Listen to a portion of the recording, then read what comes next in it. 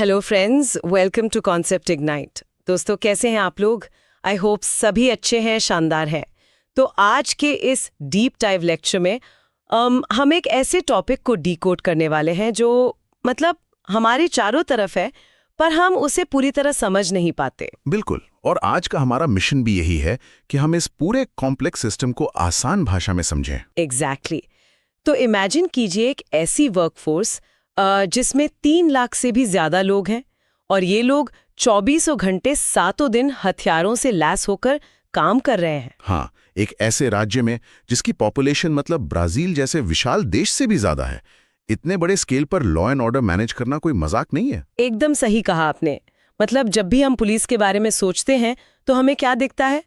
बस सड़क पर खड़ी एक पीसीआर वैन, सायरन की आवाज या खाकी वर्दी। लेकिन वो तो सिर्फ टिप ऑफ द आइसबर्ग है ना? असली कहानी उस वर्दी और सायरन के बहुत पीछे छुपी है। जैसे? वो एक ऐसा अदृश्य प्रशासनिक मैट्रिक्स है जो इस पूरी मशीनरी को मतलब कोलैप्स होने से बचाता है। और हमारे सोर्सेज आज यूपी पुलिस के इसी पूरे 13 स्तरीय यानी 13 टियर प्रशासनिक संरचना का एक बहुत ही शानदार ब्लूप्रिंट पेश करते हैं।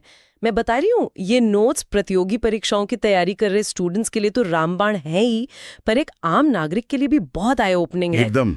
देखिए, किसी भी विशाल राज्य के एडमिनिस्ट्रेटिव स्ट्रक्चर को अगर समझना है ना, तो आपको इतिहास में जाना होगा। ये देखना होगा कि क्राइसिस के टाइम पर आदेश कैसे फ्लो करते हैं, एकदम सत्ता के गलियारों से लेकर किसी दूर दराज के गांव तक। तो फिर चलिए इतिहास के पन्नों से ही शुरू करते हैं। सोर्सेज के मुताबिक इस पूरे मॉडर्न सिस्टम की नींव 1857 के प्रथम स्वतंत्रता संग्राम के तुरंत बाद रखी गई थी। तो आखिर उस विद्रोह ने पुलिस की पूरी परिभाषा ही कैसे बदल दी? इसको ऐसे समझिए, 1857 के विद्रोह ने ना ब्रिटिश हुकूमत को आईना दिखा दिया था। उनको समझ आ गया था कि इंडिया पर उनका कंट्रोल बहुत ही कमजोर है। मतलब उनके पास कोई बैकअप प्लान नहीं था? बिल्कुल नहीं। उस टाइम तक कोई सेंट्रलाइज्ड पुलिस फोर्स थी ही नहीं। अलग अलग इलाकों में लोकल जमींदार होते थे या रियासतों के अपने गार्ड्स होते थे। जब विद्रोह भड़का तो अंग्रेजों के पास कोई ऐसा सिस्टम नहीं था जो एक कमांड पर पूरे नॉर्थ इंडिया में काम कर सके। अच्छा, तो उन्हें एक ऐसी फोर्स चाहिए थी जो लोकल नेताओं की नहीं बल्कि सीधे ब्रिटिश क्राउन की सुने, है ना? एग्जैक्टली। उनको लगा कि यार अगर राज करना है तो एक तगड़ी ऑर्गेनाइज्ड फोर्स बनानी पड़ेगी, और यहीं से 1861 का पुलिस एक्ट लागू हुआ। ओहो, मतलब ये व्यवस्था क्राइम कंट्रोल करने से ज्यादा सत्ता को मजबूती से पकड़े रहने का एक टूल थी। हाँ, और ये एग्जाम में बहुत इंपॉर्टेंट है। इस एक एक्ट ने पूरे भारत में पुलिसिंग का चेहरा बदल दिया। एक वर्दी, एक रैंक सिस्टम और सबसे जरूरी एक क्लियर चेन ऑफ कमांड बना दी गई। यहाँ नोट्स में एक बड़ा ही इंटरेस्टिंग फैक्ट है। 1861 में जब ये सिस्टम बना तब पुलिस का सबसे बड़ा बॉस डीजीपी नहीं होता था। बिल्कुल। यहाँ स्टूडेंट्स गलती करते हैं। उन्हें लगता है कि डीजीपी हमेशा से टॉप पोस्ट रही है, लेकिन 1861 में राज्य पुलिस का सर्वोच्च अधिकारी आईजी यानी इंस्पेक्टर जनरल होता था। डीजीपी नाम का कोई पद था ही नहीं। वाओ, पूरे राज्य की पुलिस का बस एक बॉस, आईजी। मतलब ये तो एकदम किसी स्टार्टअप की तरह लगता है। स्टार्टअप? वो कैसे? अरे जैसे जब कोई नई कंपनी शुरू होती है तो उसका एक फाउंडर होता है ना, वही प्रोडक्ट डिजाइन कर रहा है, वही मार्केटिंग देख रहा है, और एचआर भी वही है। सब कुछ उसके हाथ में है। हाँ, ये एनालॉजी एकदम परफेक्ट है। लेकिन जब वो स्टार्टअप एक बड़ी मल्टीनेशनल कंपनी बन जाती है, हजारों एम्प्लॉय आ जाते हैं, तब आप एक इंसान पे सब नहीं छोड़ सकते। लेकिन 70 और 80 के दशक तक आते आते यूपी की पॉपुलेशन बहुत तेजी से बढ़ी। क्राइम के तरीके भी तो बदल रहे होंगे। बिल्कुल। प्रशासन का बोझ इतना बढ़ गया कि एक अकेला आईजी पूरे राज्य के फैसले नहीं ले सकता था। पावर को डिसेंट्रलाइज करना बहुत जरूरी हो गया था। और यहीं पर एंट्री होती है हमारे नए सीईओ की, यानी director general of police, DGP की। सही पकड़ा आपने। 1970-80 के दशक में डीजीपी को नया सर्वोच्च पद बना दिया गया, और आज अगर हम देखें तो विशाल यूपी पुलिस की कमान डीजीपी प्रशांत कुमार जी के हाथों में है। तो अगर डीजीपी बॉस बन गए तो हमारे पुराने फाउंडर यानी आईजी का क्या हुआ? उनका रोल कैसे बदला? डीजीपी के हेल्प के लिए पहले एडीजीपी बनाए गए, जो पूरे राज्य के अलग अलग डिपार्टमेंट्स देखते हैं, और आईजी के रोल को लिमिट कर दिया गया। अब वो पूरे राज्य के नहीं बल्कि सिर्फ एक जोन के बॉस रह गए। जैसे लखनऊ जोन के आईजी। तो क्या एक सिपाही 13 लेवल ऊपर फाइल भेजकर परमिशन का वेट करेगा? इतने बड़े स्ट्रक्चर से तो फैसलों में डिले होना चाहिए ना? देखिए, ये डाउट आना बहुत नेचुरल है, पर मैं समझाता हूँ। यहाँ ध्यान देने वाली बात यह है कि ये मल्टी लेयर सिस्टम काम को धीमा करने के लिए नहीं है। तो फिर किस लिए है? ये पावर को डेलीगेट करने के लिए है। दंगे के टाइम सिपाही डीजीपी को फोन नहीं लगाता, वो सिर्फ अपने एसएचओ को देखता है। ये पिरामिड इंश्योर करता है कि कोई भी अधिकारी बेगाम ना हो जाए, एक अटूट कमांड चेन बनी रहे ऊपर से नीचे तक। ओके, तो चलिए इस पिरामिड को डिकोड करते हैं। इसे मुख्य रूप से 5 लेयर्स में बांटा गया है। टियर 1 है टॉप ब्रास, यानी राज्य स्तर का नेतृत्व। इसमें सबसे ऊपर डीजीपी, फिर एडीजीपी, आईजी और फिर डीआईजी आते हैं। हाँ, ये वो लोग हैं जो ऑफिस में बैठकर स्ट्रैटेजी बनाते हैं, बजट डिसाइड करते हैं। असली ग्राउंड लेवल एडमिनिस्ट्रेशन शुरू होता है टियर 2 से, यानी डिस्ट्रिक्ट लीडर से। राइट, जहां जिले की कमान एसएसपी या एसपी के हाथ में होती है और उनकी हेल्प के लिए एडिशनल एसपी होते हैं। बिल्कुल। फिर आता है टियर 3, यानी सब डिविजनल कमांड। जिले को छोटे हिस्सों में बांटकर डीएसपी या सर्कल ऑफिसर सीओ को इंचार्ज बनाया जाता है। और टियर 4 तो हमारा जाना पहचाना पुलिस स्टेशन है, जहां इंस्पेक्टर, जिन्हें हम एसएचओ कहते हैं, और सब इंस्पेक्टर यानी एसआई होते हैं। एकदम सही। और लास्ट में टियर 5, जो इस फोर्स की नींव है, एएसआई, हेड कांस्टेबल और हमारे कांस्टेबल यानी सिपाही। पर ये तो हो गया रैंक्स का पिरामिड। अब ये रैंक्स जमीन पर कैसे काम करती हैं, ये समझना बहुत जरूरी है। नोट्स में एक बहुत ही क्रिटिकल ज्योग्राफिकल मैट्रिक्स दिया गया है। हाँ, इस मैट्रिक्स को आप एक के अंदर एक रखे बॉक्स की तरह इमेजिन कर सकते हैं। सबसे बड़ा बॉक्स है पूरा राज्य। राज्य को बांटा जाता है जोन्स में, और हर जोन का इंचार्ज होता है एक आईजी रैंक का अधिकारी। मतलब आईजी अब जोन का बॉस है? बिल्कुल। फिर उस जोन के अंदर छोटे बॉक्स होते हैं जिन्हें रेंज कहते हैं। एक रेंज में 3 से 5 जिले आते हैं। इसका इंचार्ज डीआईजी होता है। एक मिनट, मुझे ये रेंज वाला कॉन्सेप्ट थोड़ा अजीब लगा। जिले तो समझ में आते हैं, पर 3-4 जिलों को मिलाकर एक रेंज बनाने का क्या लॉजिक है? अरे, ये बहुत ही शानदार मैकेनिज्म है। आप खुद सोचिए, मान लीजिए किसी क्रिमिनल ने कानपुर में डकैती डाली और वो अपनी गाड़ी से उन्नाव की तरफ भाग रहा है। दोनों अलग जिले हैं। राइट। हर जिले का एसपी अपने इलाके का बॉस है, पर जब मामला 2 जिलों का हो तो उन दोनों एसपीज के बीच तुरंत कोऑर्डिनेशन कौन कराएगा? ओह, इसके लिए ऊपर कोई चाहिए। एग्जैक्टली। यहीं पे डीआईजी काम आता है। वो रेंज का बॉस है। वो तुरंत कानपुर और उन्नाव दोनों एसपीज को एक साथ ऑर्डर दे सकता है कि भाई बॉर्डर सील कर दो। अरे वाह, ये तो क्रॉस बॉर्डर क्राइम रोकने का एकदम परफेक्ट तरीका है। अब रेंज के अंदर आते हैं जिले। यहाँ मुझे एक और सवाल पूछना है। सोर्सेज में एसएसपी और एसपी के बीच एक अंतर बताया गया है। हाँ, और यहाँ भी स्टूडेंट्स अक्सर कंफ्यूज होते हैं। बिल्कुल। जब दोनों ही जिले के पुलिस चीफ हैं, तो किसी शहर में एसपी और किसी में एसएसपी क्यों होते हैं? ये पूरी तरह से उस जिले की पॉपुलेशन और सेंसिटिविटी पे डिपेंड करता है।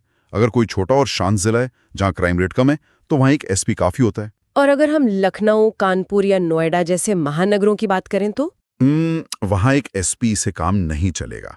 वहाँ साइबर क्राइम है, भारी ट्रैफिक है, वीआईपी मूवमेंट है। ऐसे बड़े जिलों के लिए ज्यादा एक्सपीरियंस वाले सीनियर ऑफिसर की जरूरत होती है, जिसे एसएसपी यानी सीनियर सुपरिंटेंडेंट ऑफ पुलिस कहते हैं। समझ गई। मतलब ये पूरी तरह से स्केल और रिसोर्सेज का गेम है। अच्छा, अब जिले से और नीचे चलते हैं, ग्राउंड रियलिटी पर, पुलिस स्टेशन यानी थाने में। हाँ, जो आम जनता का पहला टच पॉइंट है। फिल्मों में तो हम देखते हैं कि थाने का इंचार्ज ही सब कुछ कर रहा है, वही मुजरिम को पीट रहा है, वही केस सॉल्व कर रहा है। पर सोर्सेज बताते हैं कि एसएचओ असल में एक मैनेजर ज्यादा है। एकदम सही पकड़ा।